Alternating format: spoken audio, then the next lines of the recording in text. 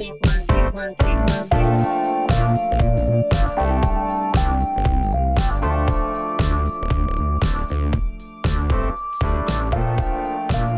everyone, welcome back to the channel. Today we're talking about one of Italy's hidden gems, Torre dell'Orso beach, nestled along the stunning Adriatic in Puglia. This spot is known for its golden sands, crystal clear waters, and that iconic sea stack called Le Due Sorelle, the two sisters. But is it worth the hype? Let's break it down. First, the positives. The beach is absolutely breathtaking.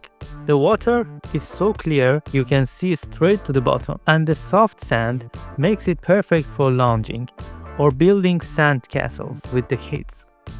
The beach is well maintained, with plenty of lifeguards on duty during peak season, so it feels safe for families. The backdrop of cliffs adds a dramatic touch, and if you're into photography, the sunset views are unreal.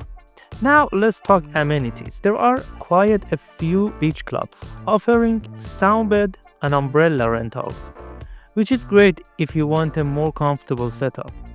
Some of these spots also have restaurants serving fresh seafood and local dishes like orecchiette pasta, but here's the catch.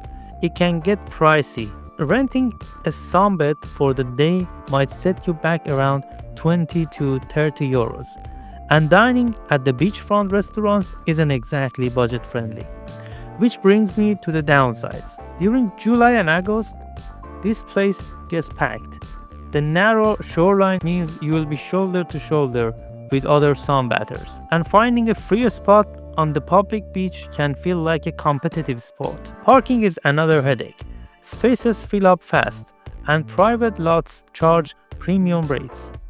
If you're driving, arrive early or consider public transport. Now for some budget-friendly tips. Skip the Lidos if you're watching your wallet. Bring your own towel and umbrella to claim a spot on the free public sections.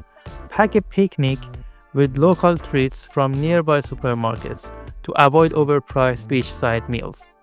If you're staying overnight, look for accommodations in nearby towns like Melendugno or San Foca, where rooms are cheaper than right on the beach. And if you're visiting in June or September, you'll enjoy the same beauty with fewer crowds and lower prices.